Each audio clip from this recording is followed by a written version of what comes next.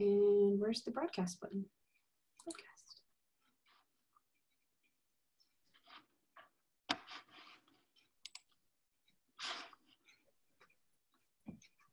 Ooh. I see two people. Hi, everybody. We're just going to give it a second to let folks come on in.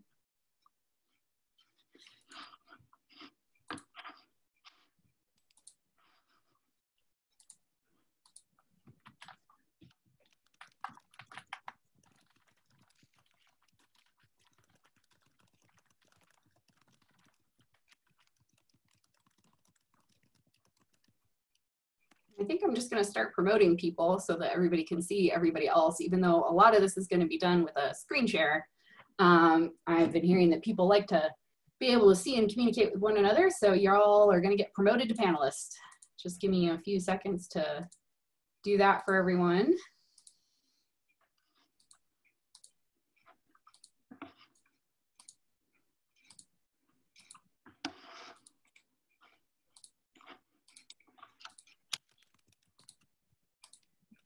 Okay. I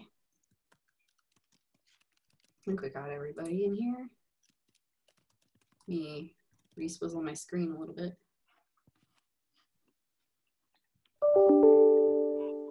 Okay. Welcome, welcome again. Good to actually see you all or see your boxes with your names. This is our second session, and this is communication strategy. So we are happy to have you join us. I will hand the mic over to Amanda Hundt, who will be presenting. Thanks, Ashley. Hi, everyone. I'm Amanda Hundt. I'm the Director of Marketing and sometimes Communication at MBA. I have been working in the for-profit world for longer than I want to admit, so I'm really excited to have joined MBA at the beginning of this year. Really excited to be here. I've long loved volunteering in the nonprofit sector, so helping you guys learn during this process has just been wonderful for me. So I've got a bunch of slides set up so we can go through these things, but I do want to leave a good amount of time at the end for Q&A. I also don't mind being interrupted with questions, so if you want to just like shout at me or type in a question in the chat box, that's all fine and dandy with me. I want to make sure everybody's understanding what I'm talking about. So with that, let's get started. One of the things I want to talk about is what is communication. I want to make sure we all have like the same exact definition of what communication is and why it's important before we start taking apart how to do it.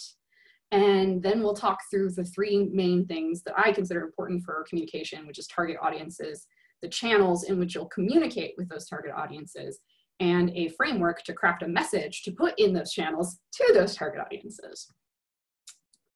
So what is communication? I'm sure this feels like maybe a bit of an obvious question, but I want to drill down into it just a little bit.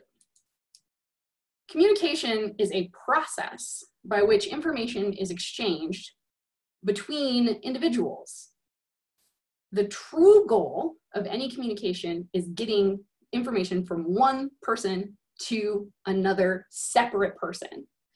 So when you think about it, you as a leader of an organization are trying to take information literally out of your head and give it to somebody else. Think about that for a second. You have all the information and knowledge that you want to share inside your skull. The entire process of communication is about getting that out of your brain cells and into someone else's. And you might be ready and willing to transmit and share your knowledge all day long. But what about the other person? Are they ready to receive it? Are they willing to receive it? Are they able to take the time to understand and process it? So when you think about communication that way, the transmission of information between unique individuals, it becomes easier to remember why we say things like communication is critical, communication is difficult, why it can take up so much time, why we often have to devote a lot of energy and specialty resources to it. If you've ever had an argument with a loved one, or misunderstood something at the office, then you can understand why communication is both important and difficult. And if you understand that, then you understand this first and most important thing about communication from a business perspective. It's not about you. It's about your audience. It's about the recipient of your message.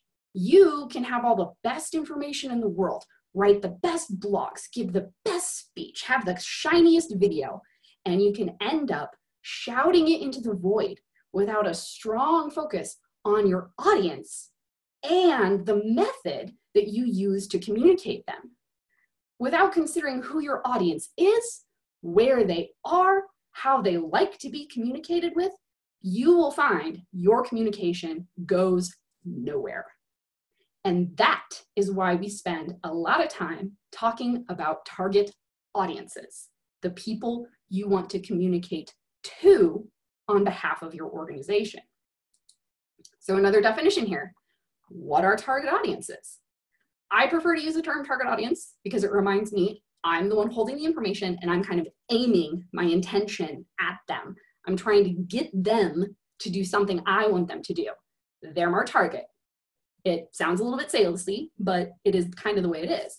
If you start doing some Googling about this concept, you'll hear other terms like buyer persona, stakeholder, decision maker, key persona. They all boil down to the same thing. A target audience is a very specific and very narrowly defined group of people that you want to communicate with.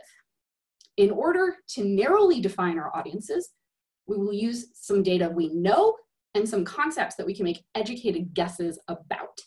Those include demographics, location, influence, and psychographics. Well, how are we going to do that?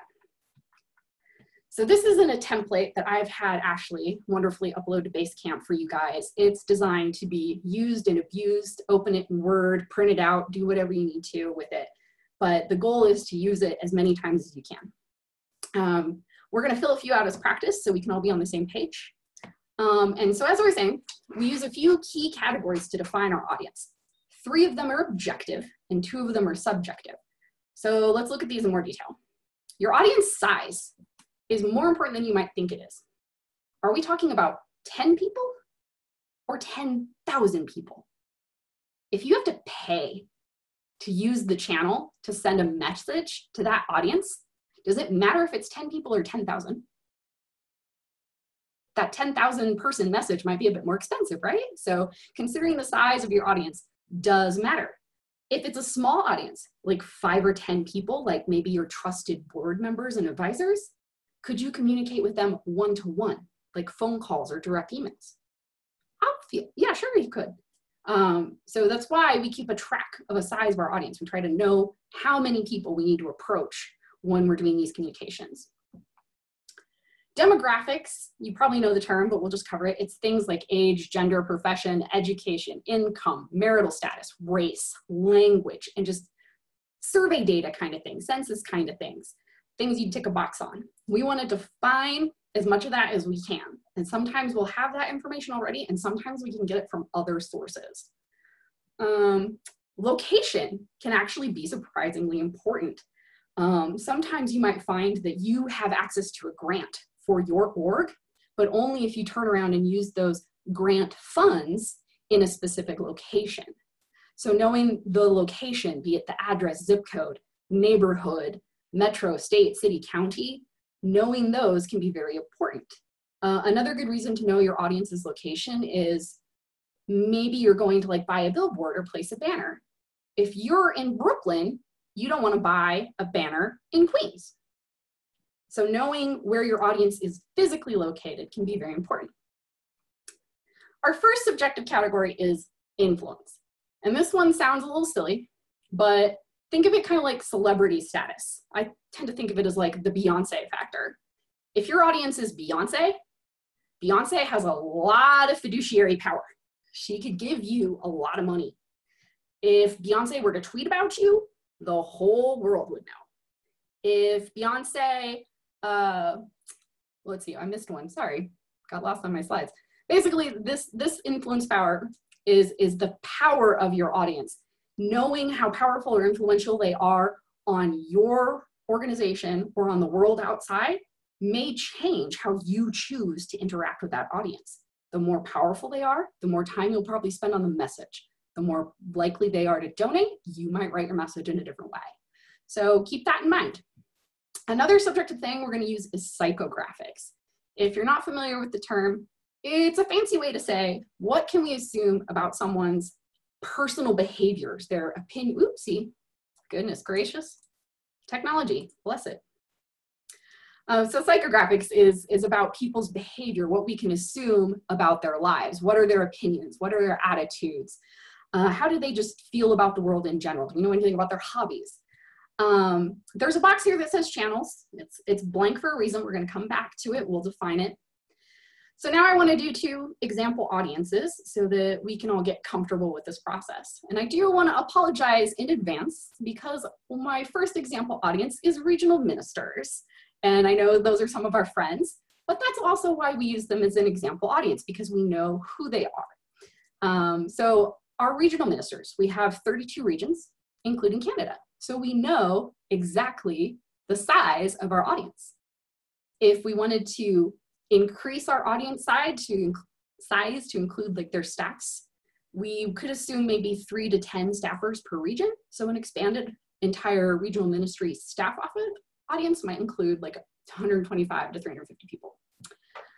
If we were to assume some demographic factors about our regional ministers, I'm going to assume they're all on the slightly older side, having been in the church life for such a long time. They're going to be a mix of genders. They're all ordained clergy. They likely have higher clerical degrees. They have all relationship types.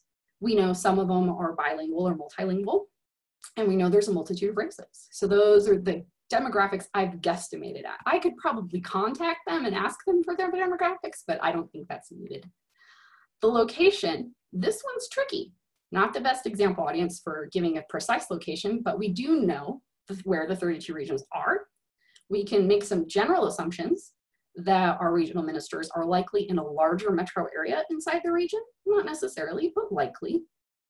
Their influence. We know the regional minister is highly influential over their staff and influential within the church. They may or may not have their own congregation, but if they do, they'll be influential with that congregation. And they probably only donate to things that are inside their region or directly benefit them in some way. Put yourself in the chair of a regional minister. How many donation requests does that person hear? So when you're communicating to them in that level, how do you ask in such a way that appeals to them? Psychographics, what assumptions can we make about the lifestyle of the regional ministers? I'm going to assume they're very, very faithful and thinking and talking and preaching all the time. I'm going to assume they're swamped with work. They're super busy. I'm going to assume that if their region is really big, looking at Southwest and Rocky Mountain, they might travel a lot. It might be hard to like get a meeting or a phone call in with that regional minister. They also tend to consider that their role isn't necessarily permanent. They know that they will transition in and out of their role. So if you're keeping a Rolodex of who all the regional ministers are, you know you'll need to keep it updated. And they likely agree with a lot of the central church's stance on things. So that's just one example of an audience you might work with. I did this one on purpose because yes, we do know who they are, and yes, you guys might end up working with the regional ministers. So feel free to tweak and use this example for yourself, for your area. Another one example audience I wanted to do, and I'll try to go through this a little faster. Say I'm starting a ministry and I want to serve food insecure families in my area. I want to do a meal program that feeds them. So how would I target the hungry families in my area? Well, I need to figure out my audience size. I don't know how many hungry families are in my area. I can tell it's a lot because I get that feedback that this would be a good program. But could I ask the Department of Health and Welfare for that information? Or other organizations who do similar programs? How many hungry families are in my area? And I've gone through here and I made the same types of assumptions about demographics, about location. This is a good example of when it's important to get specific about location.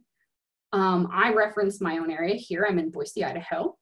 If I say I want to serve hungry families in Boise, do I mean inside the exact city limits of Boise?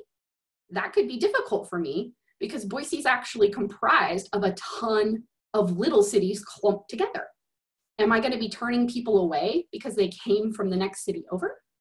Or do I want to be more generic and say, I'm talking about the metro area, which includes lots of other little cities. So that's when defining location can become really important. Who do you serve? Where are they located? We can make some assumptions about their influence. Some of the people that you serve may not be terribly influential. They might be living paycheck to paycheck. They might not be donors, but don't count them out as potential volunteers. Something to consider. So now that we have these audiences that we might communicate to, let's go and fill in that other box.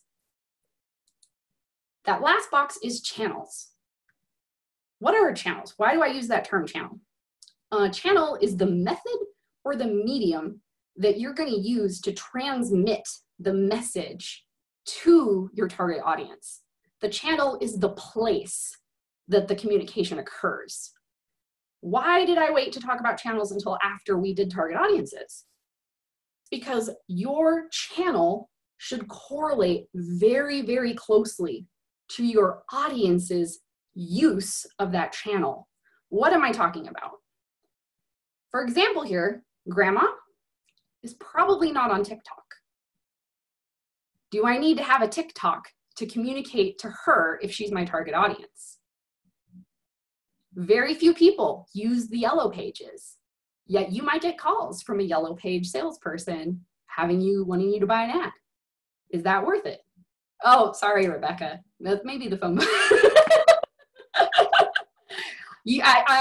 If Mark had been here, yes, I know Mark has a TikTok, but anyway, and probably some phone books. Anyway, if your audience is children, he is reading a book, but he's learning to read. Is communicating with him via email the best channel?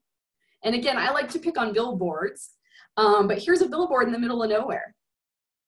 Do we know that our target audience is traveling through this lonely highway? This is why we match our channels very, very specifically to our target audiences and why we decide where we communicate after we know who we're communicating to.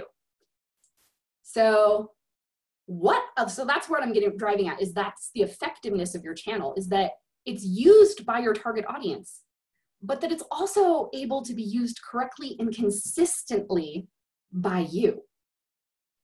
I have met with a number of startups, some of our incubate partners, and they've told me, they're like, Amanda, I don't feel I can start X platform or use Y method. It's beyond my time frame, my technological capability.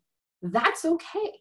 You don't have to have an Instagram. Using Instagram will be difficult for you if you don't have consistent access to photographs. Using postal mail might be difficult for you if letter writing is not your thing. There's only one exception to this rule, and that's your website. We're in a day and age where every target audience will be willing and able to access a website. It is the front door of the internet. It is the front door of every business, especially in these times. So I won't tell you you have to be on Facebook if it's not going to be a consistent and convenient and accessible channel for you. There are other ways to reach your target audience that will be both effective for you and them to meet in the middle. So let's talk about what are some of those channels that we could choose to access.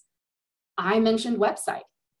Your audience may not know you have a website, but you can drive them there through another channel. Social media. Be conscious of the demographics and the location of your social medias. So if you're serving a specific local area, like a food program, Yelp, Nextdoor, neighborhood groups on Facebook, those may be great social media platforms for you. Like I mentioned, media types. If you are not constantly producing photographs and video, Do you need to feel like you have an Instagram or YouTube? I would say no, especially if you cannot identify one of your target audiences being present on that channel.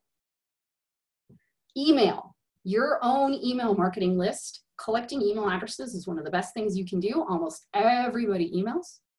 There's not a lot of target audiences that I can come up with that aren't going to have an email, maybe young children. Postal mail. I want to give you the acronym EDDM.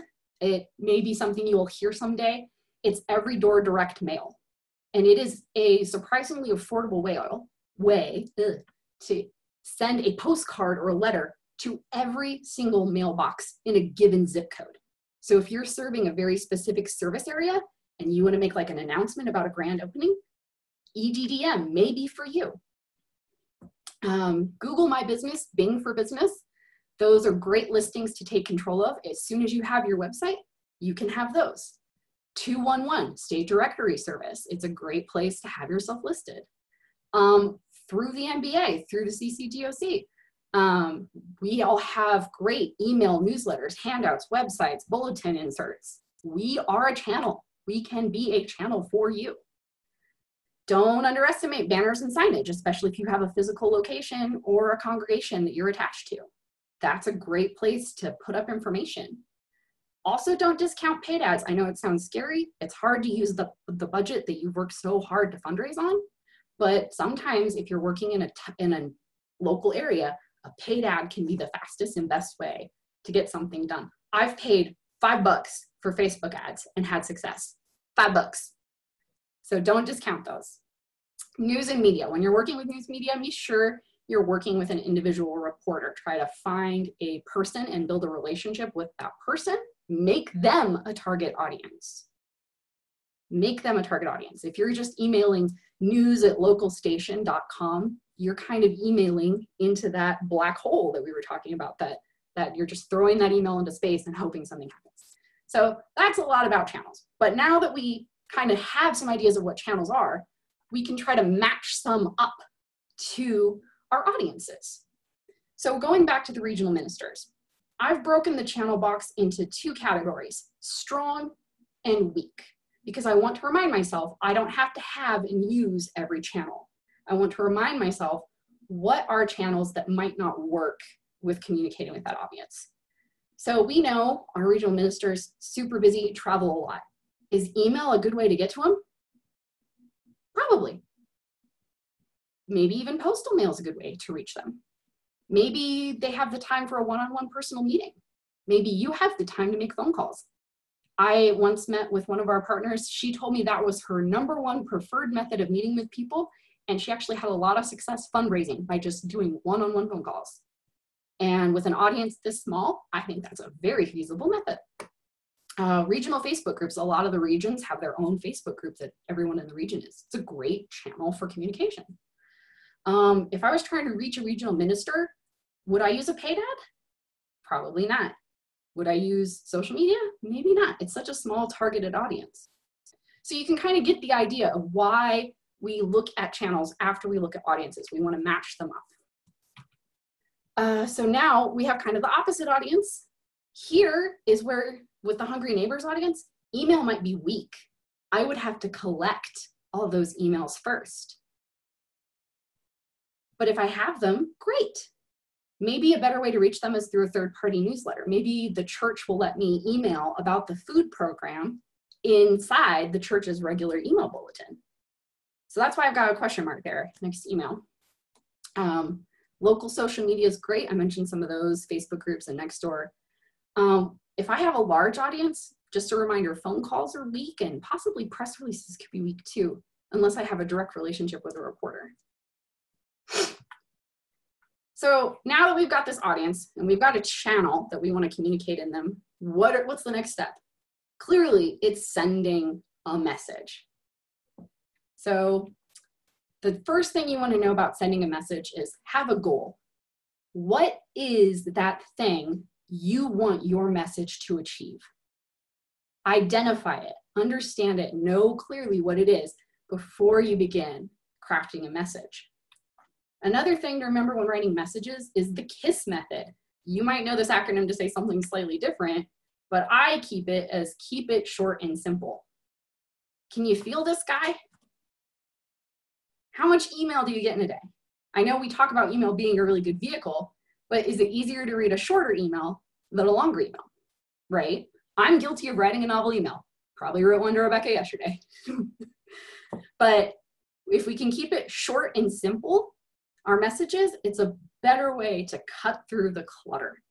It's a better way to get someone's attention faster. So keep it short and simple. These are the 8 key questions we want to consider for every message we craft. You may have been recognizing some of these from English or from journalism courses, the 5 W's and an H. A lot of us in communications and journalism and storytelling, we expand on it to add 2 more, how much and call to action. So I'll go through them. Who is the audience, who's being served, who you are, all of the who's involved. What you're communicating about, what you're doing, what the action is. When is it happening? Is it now? Is it in 3 weeks? Is it at a specific time of day? Is there a time zone issue? Where is it happening? Do you want them to be on Zoom or do you want them to show up at a place? Why? Why are you doing this? If you were in Rabbi Babchuk's Fundraising 101 session, you heard him talk a lot about storytelling, and you'll hear a lot of storytellers talk about starting with why. Simon Sinek is a noted marketer, and he wrote a book called Start With Why.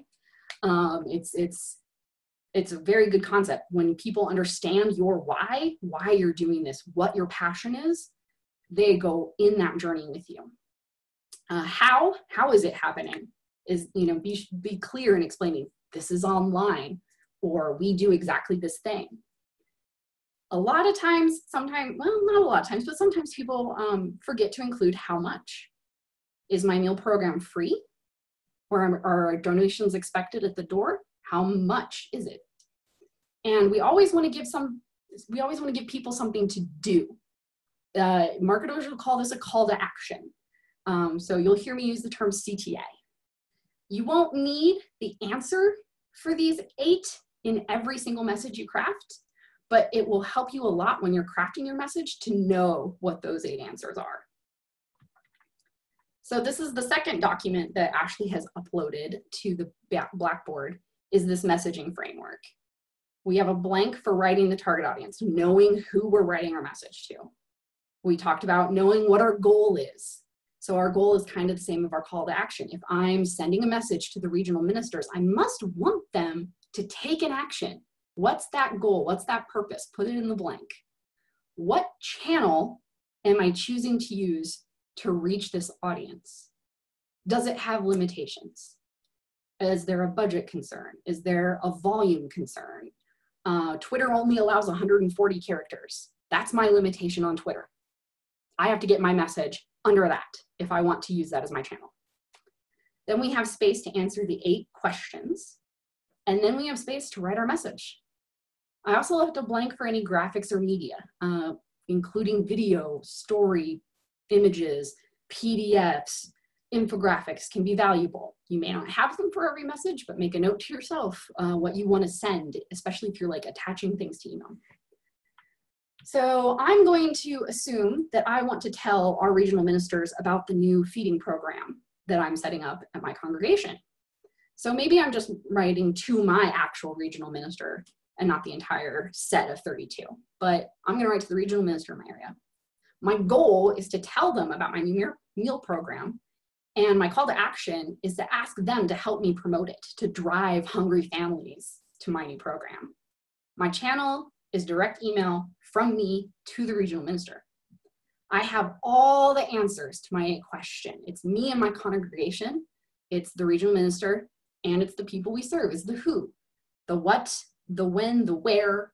Why am I doing this? Well, I am starting this meal program because people are having trouble getting access to not just food, but nutritious food because of the pandemic. How am I doing it? Well, we'll do a socially distanced pickup in the parking lot of the church.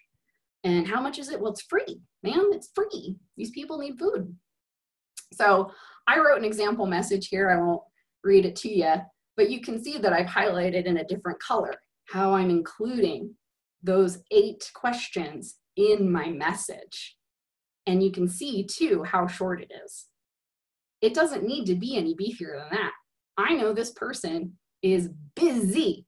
I know they're not going to read very deeply. And I know that I want to make my call to action really, really clear. I ask you, if you have time, can you help me promote my food program? It's really important. And so those are some example graphics that I might provide to them with the message. A picture of the kitchen prep, things like that. Here's another very, very different example. I wanted to invite hungry neighbors. I know I have some, but I don't know how to get to them or where they're at. So the church said I could hang a banner out in front to invite people in. But there's a catch, there's a limitation to my message. There's only room on the banner for 1 picture and less than 75 characters. Man, that's a short message, but I'm determined to get it done. I counted that message as 72 characters and a grand total of 11 words. And I got what, where, when, and how much in 11 words.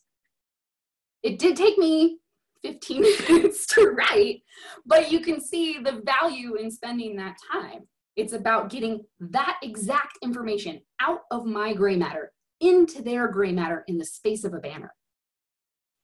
It can be done, but it can take time too.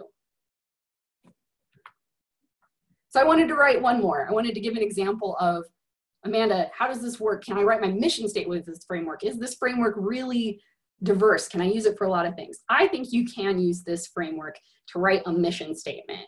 And mission statements are ones where you want to include your why. And I read a few articles about mission statements just to check my thinking that they should be short. So my goal was to get it down to 20 words, and I hit 20 words. So I wrote, to relieve hunger caused by the pandemic. That's my why.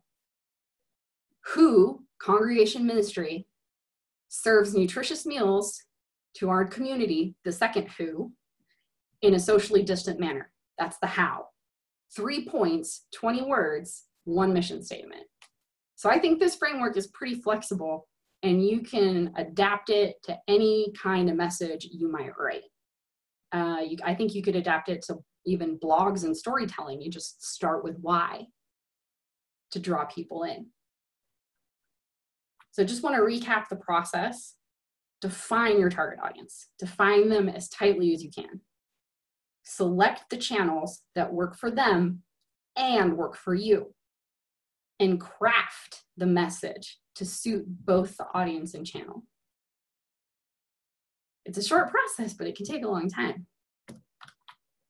So that's all my material. I wanted to open it up for questions. I'm sure people have a lot of questions, a lot of thoughts, a lot of things they've tried to accomplish in their own communications. So I'm going to turn the screen share off and hit me with your questions, guys.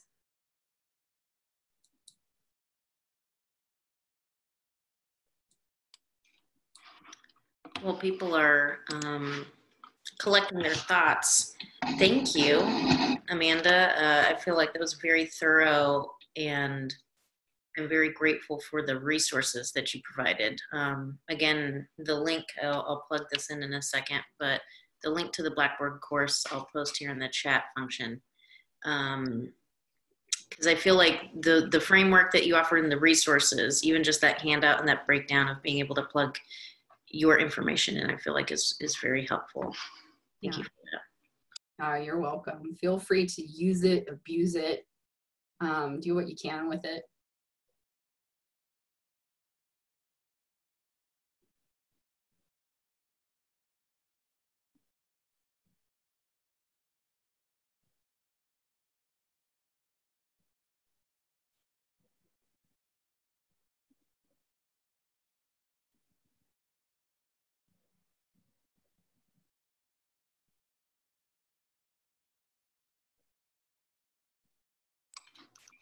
Is it ever relevant to have to craft a different message for different mediums? Absolutely. Absolutely.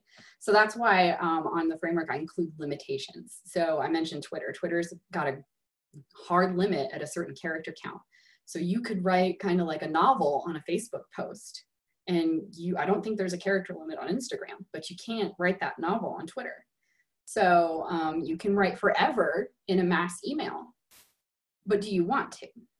So yes, we oftentimes here at MBA craft a slightly different message for different channels. So I'm trying to think of some really good examples of what we've done recently. For example, we have the NBA coronavirus response grants. That web page and its attached documents are very long. They're full of legal detail, application information. They're very long. But we are giving a tidbit of that message, including as many of the 8 questions as we can, when we share it on Facebook or when we give it to Disciples News Service to go out to the entire church. We're modifying the same core message to meet the needs of the channel and the audience we're trying to reach. We tweak it ever so slightly when we're inviting clergy to help their area ministries to apply for those grants.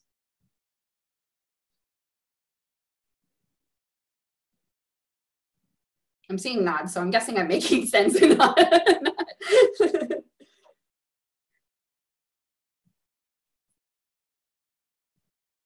Yes, okay, that's a great one. Is there ever a time where you don't have a complete handle on your audience or that audience changes like congregations?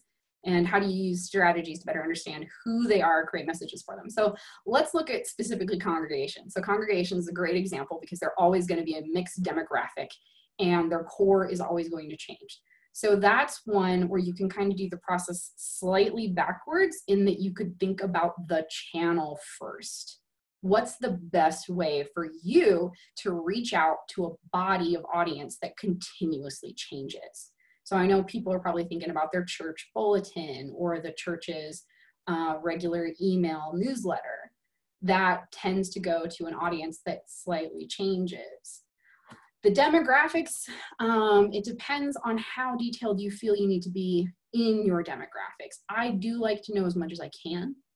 I think if you're looking specifically at a congregation, I think it benefits a congregation to know the demographics of their membership because it's going to help you serve the needs of those members. If your members are on the younger side, they might need a daycare program before they say need a program that facilitates visits in retirement homes.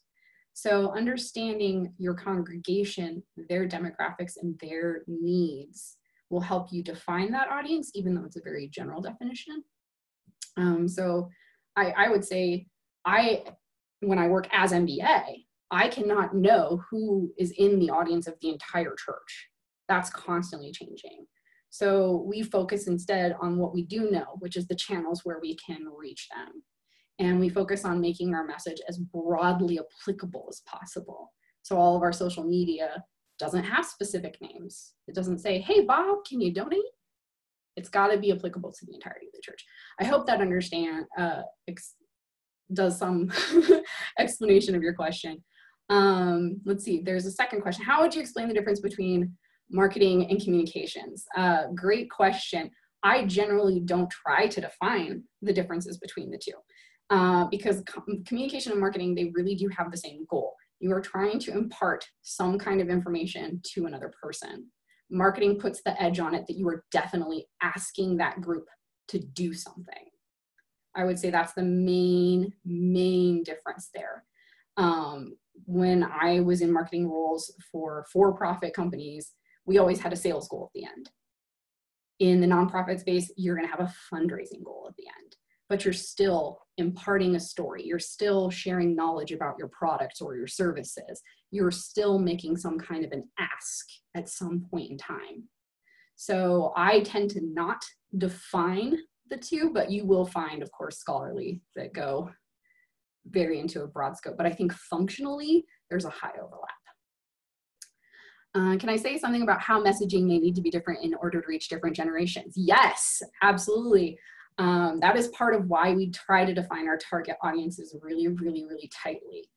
So if you can break off the younger generations into their own audience, give them their own channels, and think of them differently, that's great. In some cases, you can't do that. We'll go back to the congregational example. You're going to have a mix of ages. You're going to have a mix of technological capabilities. You're going to have a mix of languages. So when you're writing into the channels that cover the broad audience, your message is going to be broader. But when you know you're specifically reaching out to youth, maybe think about channels first. I know all of the youth I'm approaching are in XYZ channel. I know I can get them in this way. There are apps, for example, that'll send SMS messages. You pay a few cents per message, and you could text message your entire youth group. There are even volunteer programs that help you coordinate and organize your volunteers that have that SMS messaging built in. So if you're having trouble defining your audience, you can go backwards a little bit or reverse, excuse me. You can reverse a little bit. Think about that channel first. What's going to work in that channel? Why you want to be in that channel? And then let it help you define your audience. Who would be there? Who's using that tool? Now, okay, now that I know both those things, then I can write to that audience. Did I miss a question, Ashley, or did I catch them all? No, you've caught all of them. I do have a question that is like a little bit anecdotal. I serve on another board, and someone was sharing a flyer that they had planned on using. This was geared towards college students. And when I was reading the content of what they wrote, it sounded like they were trying to explain, they were trying to meet a need, but they were using a lot of like negative language. In the sense that they were describing that what these students experience might be like super, super negative. It's bad to, I'm trying not to get into detail here, so this is kind of like vague and confusing, but I remember when I read it, I remember it feeling like it wasn't landing because it didn't sound like a positive hook, or it didn't sound positively engaging. It felt a little bit more like, you need this because of shame versus you need this because we care. And so that's like very vague and whatever, but can you speak to maybe some of the language and? Yeah, sure. So there's a phrase, an acronym I thought about using in this presentation, but wasn't sure where it would land, but I think you've given us a good opening for it. You might hear some people use the term WIFM.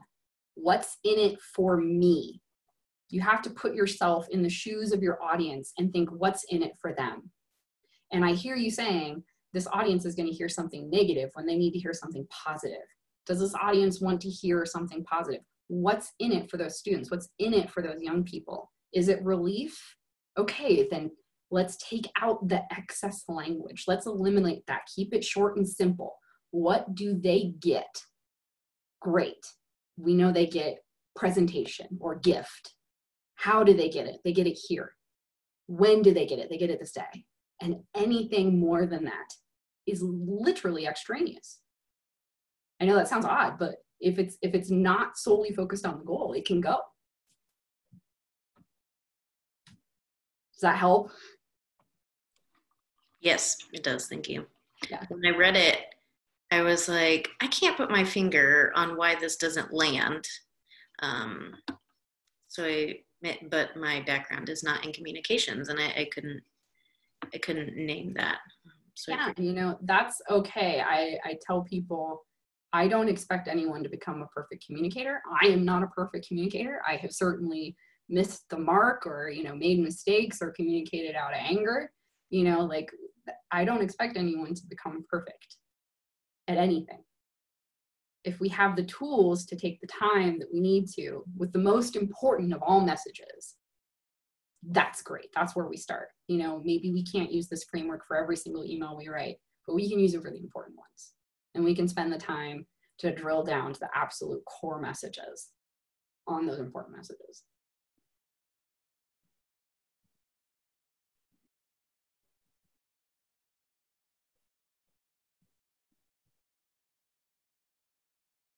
Frequency.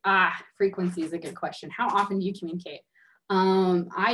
This is one where it's tricky, because I too say as often as possible. You know, you want to be transparent with people. You want to be clear with your donors and your policy. You want to be equitable and fair and visible and all that. So I would say as often as possible. But I also know a lot of us are starting up one-person organizations. And you could spend 40 hours a week communicating, 40 hours a week fundraising, 40 hours a week, you know, in the trenches with the community you serve. Frequency can depend on the ask you're making, the audience you're communicating to, and the channel you're using to do it. You know, if you do a deep dive into the benefits of like Instagram and Twitter, they'll say that you have to post a minimum of certain number of times every day. Again, I go back to, if you can't maintain that frequency, that's not going to be a successful channel for you. So frequency is dependent on your ask, on your audience, on your channel, and it can be varied. So when we get into actual communication tactics, and not just the strategy, but the tactics, we draw out calendars of how often and when we send those messages. So I would kind of consider that communication like 102, like let's get tactical. Let's look at each channel. Let's look at each audience and decide what the frequency would be. You know, because my frequency varies from org to org. Like I'll get 100 emails from certain political candidates a day. Is that too much for me? Absolutely. Does it work for some other parts of their target audience? Probably, or they wouldn't send those messages. So it's about finding the balance that's going to resonate and still function for you. And then, you know, especially with events, it gets a bit trickier with events because you have a specific day like today that things are occurring. So you want to start communicating so far back in time so that people can plan in advance. So I think we started communicating for Scent 6 months out. And we were still sending reminders of the open morning sessions the day before. So that's a whole tactical calendar of communication.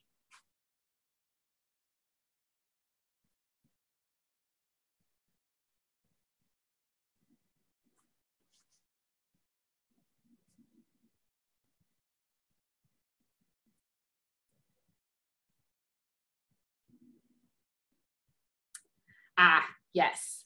The difference between posting, engagement, and any strategies around increasing engagement. So I could spend hours and hours talking about social media engagement, statistics, likes, how to get more likes, how to get more engagement. At the end of the day, especially when you're starting out, any engagement is good engagement. Any increase in likes is good likes. It's when you start to break certain thresholds of base social followers, 1,000, 3,000, 5,000, that getting into a deep dive on, okay, I need to increase my engagement rate. I need to increase my core followers. I need to get them to act more. I need to get them to share more. That's when those tactics become more important.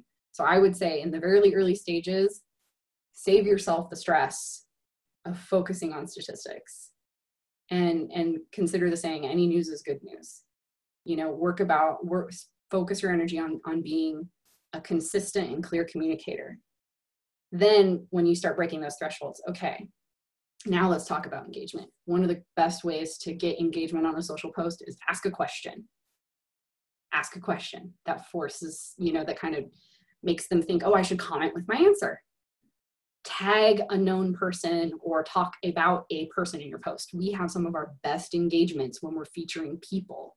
When we bring on new board members, we do one post at a time for each individual board member so that the audience has more time to get to know those board members, but also so we can focus and drive more engagement. Events, we always post multiple times about events, which drives our engagement down, which we're okay with because what we're actually looking for is reach, getting that more eyes on that post, regardless of whether or not the engagement. They can't decide to engage if they don't see the post first. So there's instances where reach can be more important than engagement. Am I getting anywhere close to an answer for you, Emmanuel? Okay, good.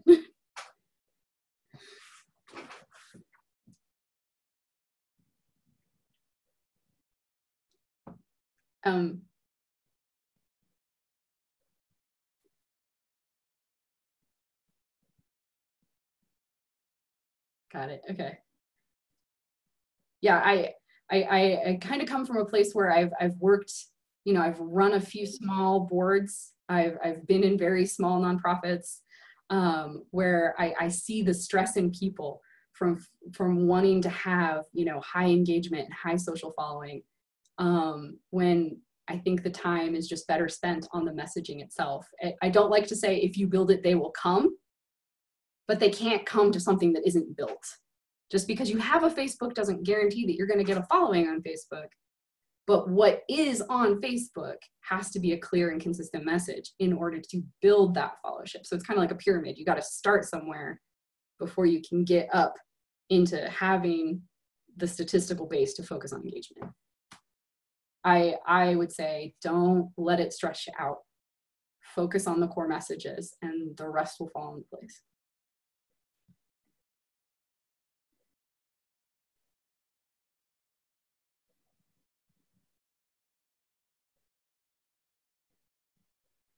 Oh, how do you qualify engagement versus reach?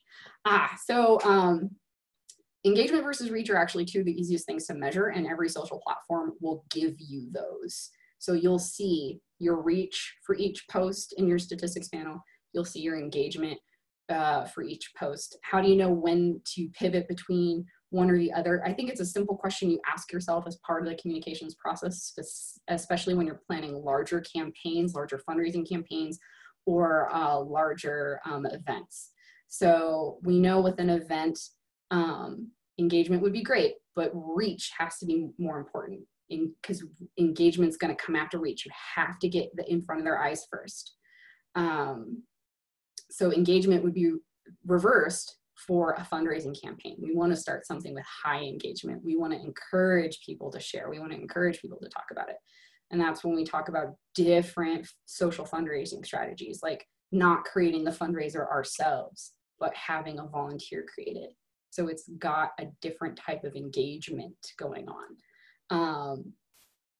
And yeah, knowing when to pivot, it's hard to describe. There's no precise moment when you know you need to pivot. It's kind of the question you ask yourself: what is your goal? Is my goal to get this in front of the eyes of as many people as possible? Or do I absolutely need those people to engage with me? If you're doing a survey, you need the engagement, you know, so ask yourself, okay, where can I go that I'm going to get more engagement? Is that email? Is that social? Is that phone calls? Is that mailers? I know it's, I feel bad because communication can be so strategic because there's so many branching arms. And once you start talking about one thing, you end up, you know, having to talk about more and more and more. So, you know, I think don't feel bad for asking for help. Don't feel bad for, you know, syncing up with people that you know who are strong communicators or who have done work in marketing or have done work in journalism, because they're going to have helpful insights for you. You know, if you become an Incubate partner with us, we have resources for this because it is a whole world. We create careers out of this. You know, we have communication counselors just for our personal relationships. So yes, it can be big and daunting, but don't be afraid to ask for assistance or to get creative, or, you know, to find a shoulder to lean on in this process. Any big communication no-nos. Dishonesty. Do not lie. It is better to say nothing than to say something that might get uncovered as a falsehood. And you can see this in the news media again and again and again and again. You will spend more time cleaning up a mess than staying out of it. And I hope that's never a problem for anyone that should happen, but sometimes it does. So my first and always big communication no-no is dishonesty or not being transparent. If you can't come up with a good message, then no message can be okay for a little while. You know, you can go with no message until you get to a place where you can have the message that is needed and wanted. Other big communication no-nos. Let me think. Long messages in a medium that is not intended for long messages. You know, I see a lot of email newsletters where the entire blog post, they'll send every blog post they wrote in the newsletter. It's too long of a newsletter. give me the snippet and let me go read it. You know, give me the appetizer and let me go read the blog. Let's see, other big communication no-nos. I feel like I'm missing one, but yeah, I think it's actually kind of common sense that you want people to be transparent with you. So be transparent, be honest, and that as long as you, yeah, stay there, and that's a good place to be.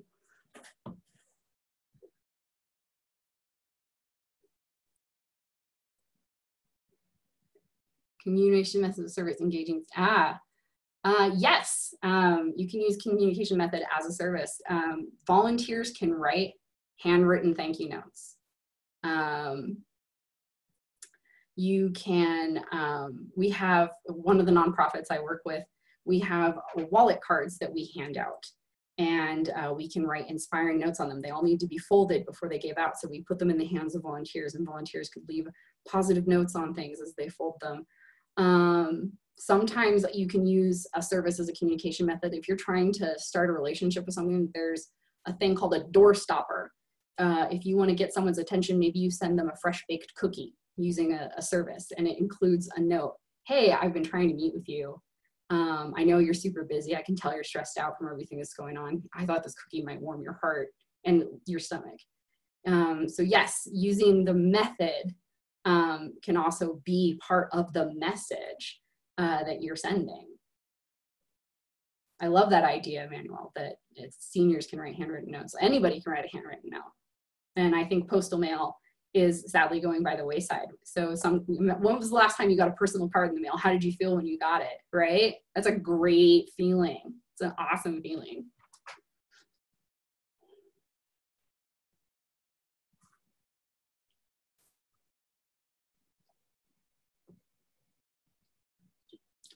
I promise this is kombucha, by the way.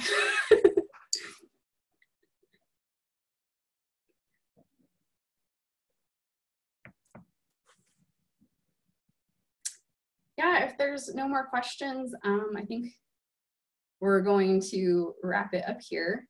I can go ahead and put my email in there if you think that'd be helpful for people actually. Yeah. And again, thank you for your time and your preparation. Those handouts, very helpful. Those can be found on Blackboard.